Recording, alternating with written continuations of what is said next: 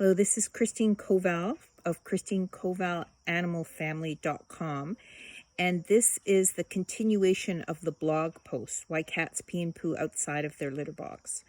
So basically, cats are trying to tell us that something is bothering them and we're not getting it. So that's what they start doing. They start peeing and pooing outside of their litter box. Now, people say that there's nothing that you can do about it, and that's just not true.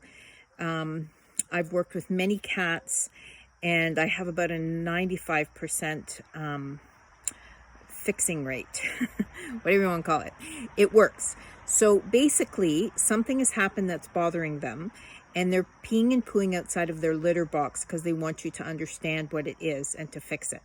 So the way to figure out what it is you go back to when you first remember it starting, and then you look around the area of sort of a week or two or three even, and you see if anything in your life has changed.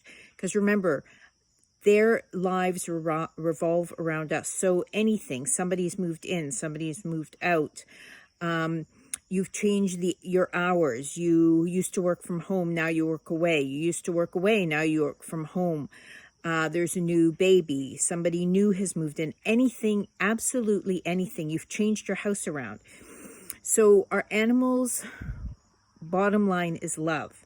And when we change something in our lives, they worry that it has something to do with love being taken away from them, or that something's wrong.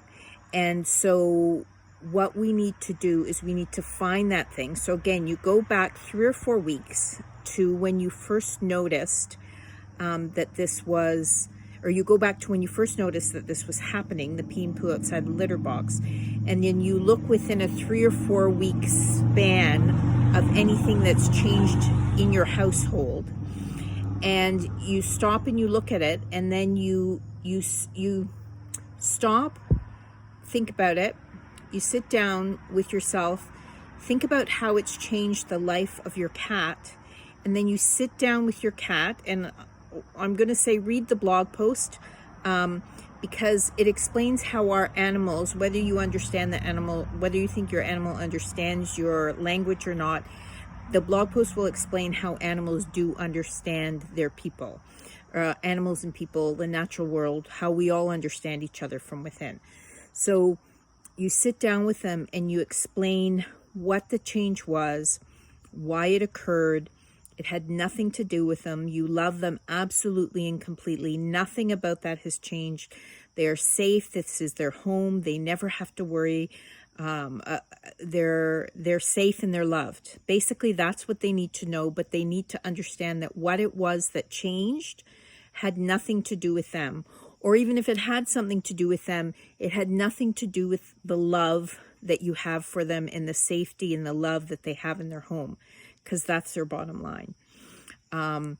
So after you've had the big talk, if there's something around it that you need to shift a little bit, then shift it. And you'll know from inside. Anybody that I've worked with around this, once we started talking about it, they were like, oh yeah, that makes sense. I was kind of wondering about that. So you will know, trust yourself and trust your animal, and then give them it takes about 3 weeks, because sometimes you have to go back and have the talk a few times. Don't just have it once. You need to have it 2 or 3 times. And you may think of something too as you're sort of working with it and dealing with it. So every time you think of something, go back and talk to them about it, and always reinforce, always tell them how much you love them, care about them, that they're safe, and that this is their home, and we're a family. We love you very much. Have a wonderful day. ChristineKovalAnimalFamily.com.